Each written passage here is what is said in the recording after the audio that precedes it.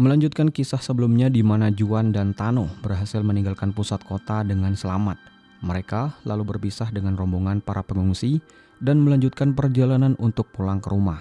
Dan setibanya di rumah, secara ajaib tiba-tiba Juan dikejutkan dengan kepulangan Clara yang tentunya membuat Juan bertanya-tanya bagaimana caranya di dunia yang tanpa teknologi ini Clara dapat menemukan lokasi dari keberadaan orang tuanya sendiri. Mengabaikan hal aneh itu, kawanan Tano yang sedari awal telah mempersiapkan keberangkatan menuju pulau, lalu didatangi Roberto yang ingin menanyakan keberadaan tentang serangga alien yang ada di pusat kota. Tano pun menceritakan pengalamannya bahwa serangga-serangga itu sangat berbahaya, di mana jumlahnya mencapai ratusan. Ia memperkirakan tak lama lagi komplek tempat tinggal mereka akan ikut diserang para serangga itu. Menyambut pernyataan Tano yang berniat meninggalkan komplek, Roberto lalu menawari sebuah karavan untuk ditukarkan dengan rumah beserta bengkel milik Tano. Memikirkan bahwa mereka sangat membutuhkan karavan itu untuk dapat melakukan perjalanan, Tano pada akhirnya merelakan rumahnya dan menyetujui pertukaran tersebut. Ketika hendak berangkat, Tano menemukan kejanggalan di mana pakaian selam yang seharusnya ada di perahu pribadi miliknya tiba-tiba bisa ada di dalam karavan. Hal aneh lainnya ketika Elena menjelaskan bahwa Clara lah yang menggunakan pakaian itu dalam menerobos salju beracun. Mengabaikan kejanggalan untuk kedua kalinya, Tano bersama teman-temannya pada akhirnya memulai perjalanan. Tentu perjalanan itu tak semulus yang mereka bayangkan. Mereka pun dikejutkan oleh kemunculan sebuah mobil yang terlihat tergesa-gesa meninggalkan tempat tersebut. Kembali melanjutkan perjalanan, mereka pada akhirnya tiba di pelabuhan. Namun di sana mereka mendapati air dermaga sudah surut, menghilang entah kemana. Mendapati keanehan itu, mereka pun merubah tujuan dengan menunda perjalanan ke pulau dan beralih menuju Camino del Buen Aire. Kembali melanjutkan perjalanan, mereka lalu mendapati mobil yang tadi terlihat tergesa-gesa mengalami kecelakaan. Yang pasti, kematian orang-orang itu terlihat seperti mengalami baku tembak yang sangat intens. Di saat yang sama, Clara pada akhirnya siuman. Juan lalu menanyakan Clara tentang masker selam yang seharusnya ada di kapal pribadi milik Tano. Namun Clara berkilah seolah tak pernah menaiki kapal tersebut karena Clara mengaku sedang bersama teman-temannya di rumah Loli. Mengabaikan keanehan untuk yang ketiga kalinya, Juan, Tano, dan kelompoknya lalu menemukan sebuah perkemahan besar yang karena penasaran mereka pun mendekati tempat itu, di mana mereka kembali bertemu dengan rombongan pengungsi dari gereja. Pada akhirnya bersama mereka memasuki tempat itu dan disambut baik oleh Juangka, pemimpin dari perkemahan. Mereka dipersilakan untuk beristirahat, membangun tenda, dan bebas memakan apapun yang tersedia di dalam perkemahan. Hal itu tentu membuat Juan menjadi semakin tidak nyaman, mengingat banyaknya kejadian yang belum terjawab. Terlebih ia sama sekali tak mengetahui keadaan Clara. Pada momen itu, Lukas lalu menemui Juan dan memintanya untuk menenangkan diri. Dengan ketenangan dan kebebasan yang mengganggu itu, membuat Juan semakin tak dapat menenangkan diri. Terlebih, di tempat itu juga dikunjungi oleh orang-orang tak terduga seperti mantan kriminal. Hingga tiba-tiba terjadi kejadian tak terduga ketika Mikey mendekati Clara karena tertarik dengannya. Namun, respon dari Clara terlihat berlebihan sehingga Juan menyimpulkan bahwa Clara anaknya itu membutuhkan ketenangan dan secepatnya harus dipindahkan ke pulau. Mendapati respon Clara yang berlebihan itu membuat Mikey merasa bersalah. Namun Omar dan juga Inga selaku penengah mencoba menenangkan Mikey dengan menjelaskan mungkin Clara saat ini terlalu kelelahan akibat perjalanan yang sangat jauh. Begitupun dengan Lukas yang mencoba memberi semangat kepada para remaja itu dengan mengajaknya bermain truko. Namun sebelum itu, Lukas meminta ditemani mencari miras kesukaannya. Dan dari sinilah masalah baru muncul. Lukas tiba-tiba menghilang dan paginya orang-orang menjadi sangat riuh dikarenakan cuaca hari itu berubah total. Tak ada lagi hujan salju beracun. Mereka lalu mendapati sinar mentari pagi di mana orang-orang mencoba memberanikan diri menginjakkan kakinya menuju ke luar ruangan. Saat itu, Tano menyadari bahwa medan magnet bumi telah kembali, namun berkebalikan dari biasanya.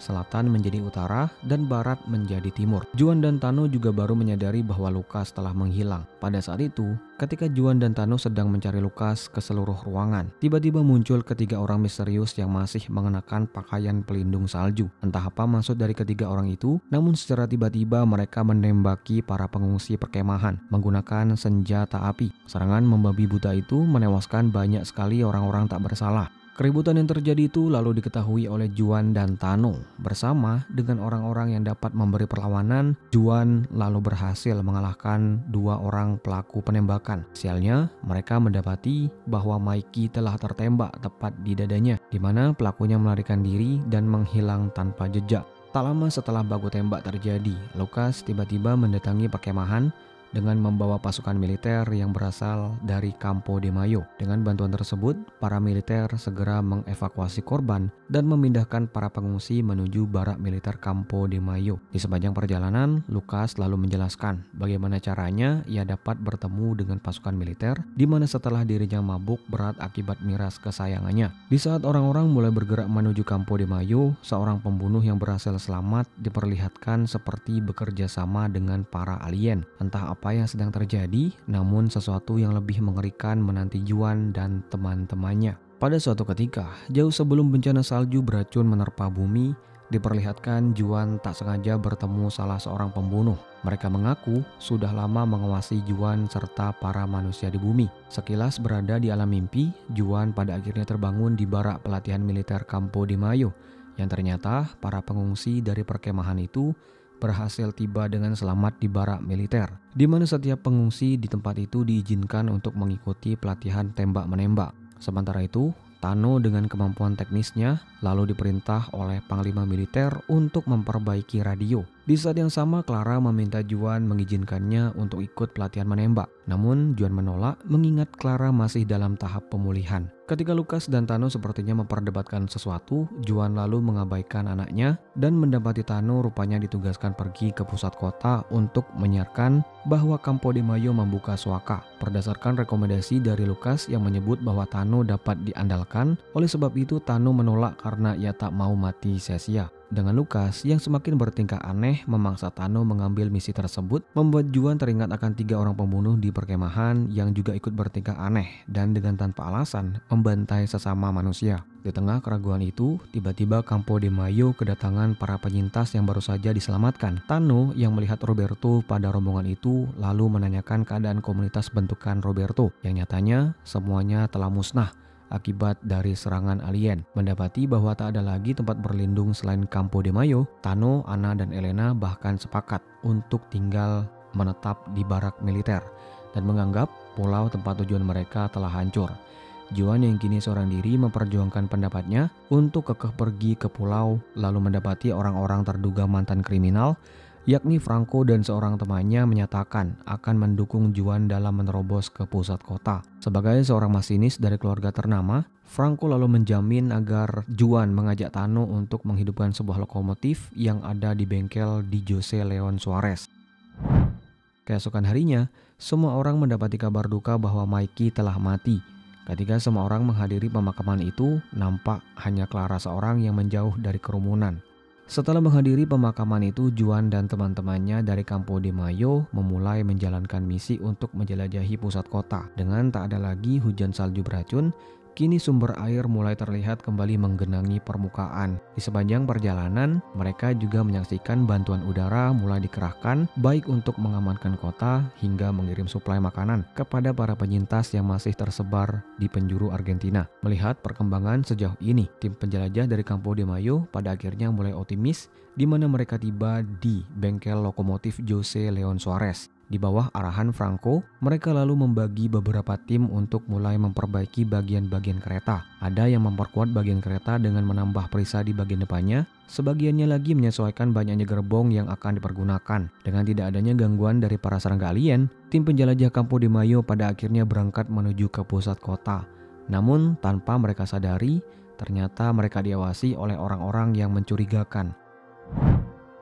Selang misi itu berjalan, pasukan penjelajah lalu kembali membagi pasukan, di mana Pablo lalu ditugaskan untuk menjadi tim penembak suar, sedangkan pasukan utama akan terus melanjutkan perjalanan. Di bawah komando Franco, sebagai masinisnya, kereta dengan kecepatan tinggi itu lalu melaju menerobos barisan pertahanan benteng dari para alien, sehingga mereka pun berhasil tiba di pusat kota dengan selamat. Namun anehnya, setibanya di pusat kota, para alien tak terlihat memberi tanda-tanda penyerangan. Namun mereka malah mendapati puing-puing bantuan udara yang tadinya mengudara. Setibanya di lokasi yang telah ditentukan, pasukan utama lalu dipecah kembali, di mana Inga bersama tim penyelidik diketuai oleh Moro ditugaskan untuk memeriksa lokasi jatuhnya pesawat bantuan udara. Ketika mereka menemukan bahwa pesawat yang jatuh itu memiliki misi mengebom Stadion River Plate, secara tiba-tiba regu pasukan pengintai dikepung gerombolan orang-orang yang bertingkah aneh. Di saat yang sama, pasukan utama ternyata berhasil menyiarkan radio. Mereka berhasil menyebarkan undangan kepada para penyintas yang masih bertahan di luar sana untuk segera berkumpul di barak militer Campo de Mayo. Keberhasilan itu disambut dengan ditembaknya suar secara bergantian sebagai tanda sinyal radio telah tersebar ke penjuru Argentina.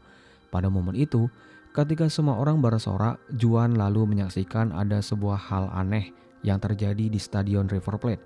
Ia pun lalu meminta komandan lapangan mengutus tim untuk memeriksakan apa yang sedang terjadi di sana. Namun permintaan itu langsung ditolak, mengingat tim pengintai sama sekali belum kembali dan membuahkan hasil. Pada akhirnya, Juan pun tak dapat berbuat banyak. Pada saat itu, Lucas yang melihat Juan lalu menawarkan agar mereka bersantai lebih dulu menenangkan diri di suatu tempat. Juan, Tano, Omar, dan Lucas lalu memulai permainan truco untuk beristirahat, sembari menunggu kepulangan Inga dan teman-teman dari regu pengintai. Di permainan itu, Juan dan Omar berhasil mendominasi permainan dan memojokkan Lucas yang terlihat semakin kesal karena diremehkan. Hingga terjadi kejadian tak terduga, di mana Lucas menghunuskan sebuah pisau dan menghadiahi Omar dengan sebuah luka tusuk. Melihat Lucas seperti orang kerasukan itu, Juan dan Tano segera mengejarnya. Namun ternyata setelah mengoceh tak karuan, pada akhirnya Lucas mengakhiri hidupnya sendiri. Melihat tempat tersebut juga dikepung oleh orang-orang aneh, Juan, Tano, dan Omar bersama seorang prajurit yang berhasil selamat segera melarikan diri dari tempat itu. Pengejaran pun menjadi semakin intens, di mana orang-orang aneh itu berniat menghabisi Juan dan teman-temannya. Beruntung, mereka berhasil menaiki kereta yang telah disiapkan oleh Franco yang sedari tadi telah menunggu sebagai bala bantuan. Pada akhirnya, mereka menyadari keanehan itu di mana orang-orang seperti memihak alien. Entah bagaimana caranya, mereka harus melaporkan kejadian itu. Pada saat itu, Juan memutuskan untuk berpisah jalan dengan Tano dan kembali sekalian menyelidiki apa yang sebenarnya terjadi di Stadion River Plate. Namun sebelum sampai ke tempat tujuan, Juan yang didampingi oleh Franco mendapati bahwa manusia seperti hidup berdampingan dengan alien-alien itu. Pada saat itu, Juan seketika menyadari bahwa mimpi aneh yang selalu ia lihat ternyata menggambarkan situasi bumi yang akan segera terjadi. Juan maupun Franco pada akhirnya menyaksikan bahwa manusia telah dikendalikan sepenuhnya oleh sebuah sosok kuat dari ras alien. Oke, cukup sekian cerita di Eternal Season 1 untuk saat ini. Masih panjang perjalanan Juan dan kawan-kawannya untuk dapat mengusir alien dari bumi. Mari kita bersama terus menantikan season selanjutnya. Semoga season selanjutnya segera dirilis. Terima kasih telah menonton sampai akhir. Sampai jumpa di video selanjutnya.